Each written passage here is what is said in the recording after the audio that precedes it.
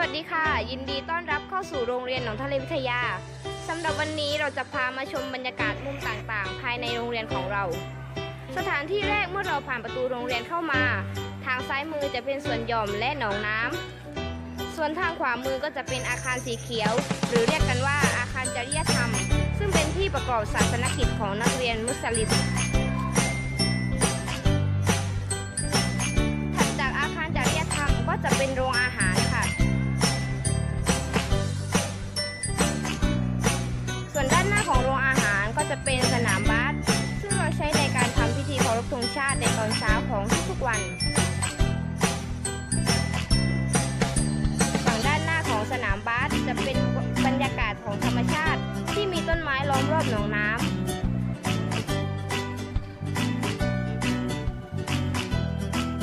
และเมื่อมองไปทางขวามือของสนามบาสก็จะเป็นอาคารฝึกงาน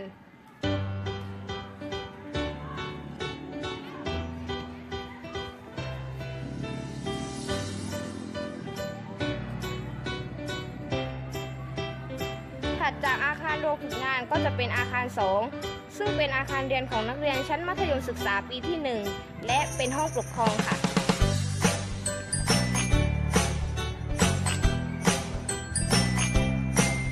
และต่อไปคืออาคารหลักของเราที่ชื่อว่าอาคารมุสลิมซึ่งใต้ถุนของอาคารจะใช้ในการจัดกิจกรรมต่างๆส่วนด้านบนก็จะจัดเป็นห้องกลุ่มสารวิทยาศาสตร์และห้องคอมพิวเตอร์ค่ะ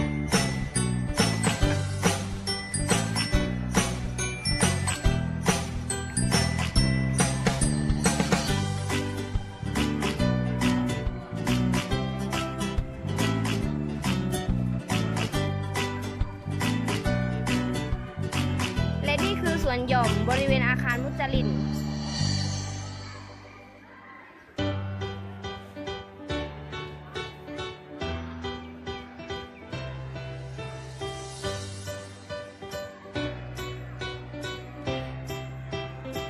และห้องสมุดของโรงเรียนซึ่งจะอยู่ชั้นล่างสุดของอาคาร3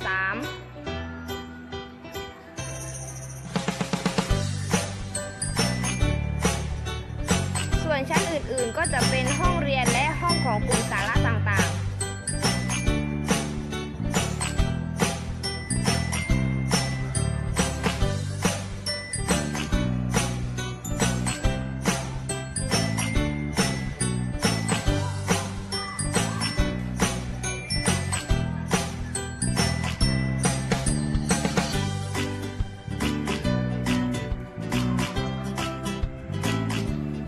ต่อมาคืออาคาร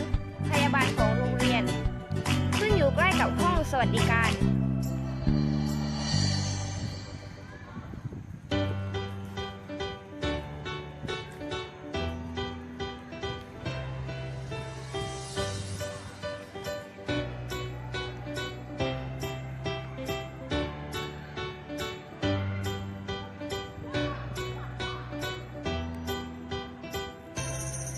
มาถึงจุดสำคัญของโรงเรียนนั่นคือโครงการไร่นาสวนผสม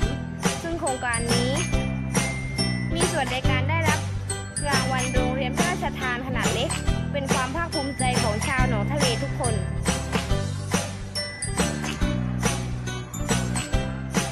นี่คือแปลงนาสาธิตและถัดจากแปลงนาสาธิตก็ล้อมรอบไปด้วยสวนปาล์มเพื่อการเรียนรู้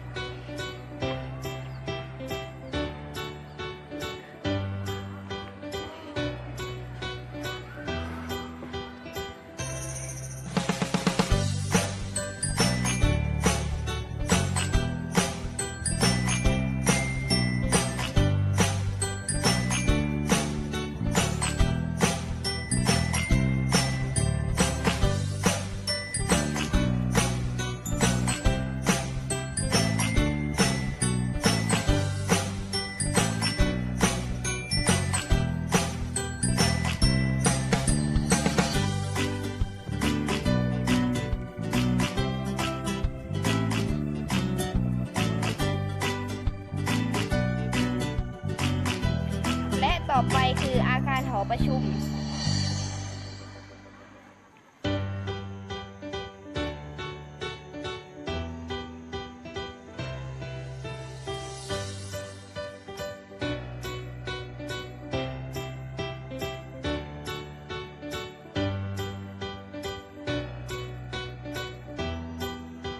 ด้านหน้าของหอประชุมคือสนามตะกร้อและลานเล่นกีฬาแชร์บอลค่ะ และที่น่าจดจำของโรงเรียนคือเจ้าลายรถบัสโรงเรียน ส่วนรอบรถบัสก็จะปลูกด้วยต้นดาวเรืองและต้นดอกทานตะวันค่ะ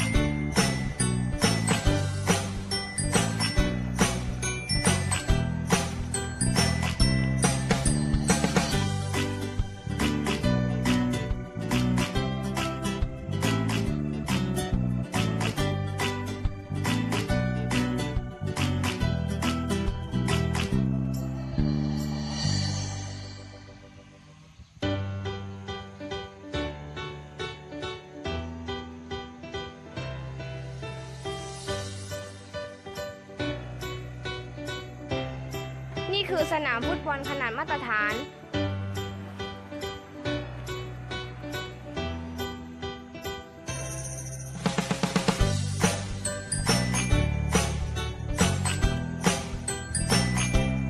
เมื่อเดินลัดเลาะเข้าไป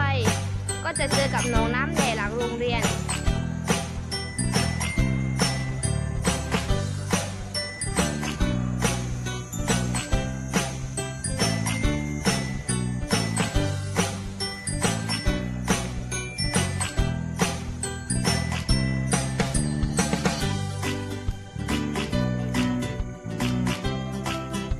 ซึ่งหนองน้ำนี้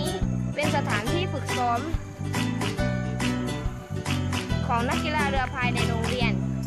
และยังเป็นแหล่งท่องเที่ยวอย่างหนึ่งของตำบลหนองทะเลอีกด้วยค่ะ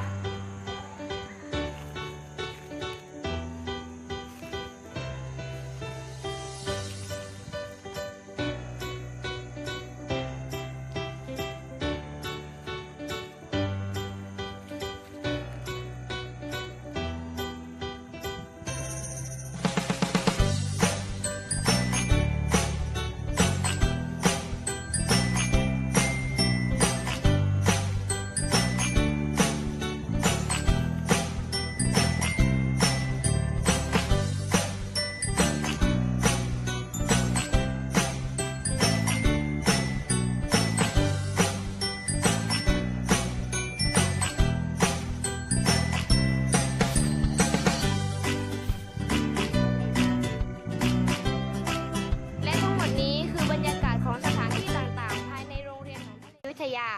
ขอขอบคุณทุกท่านที่เข้ามารับชมและรับฟังพวกเราค่ะ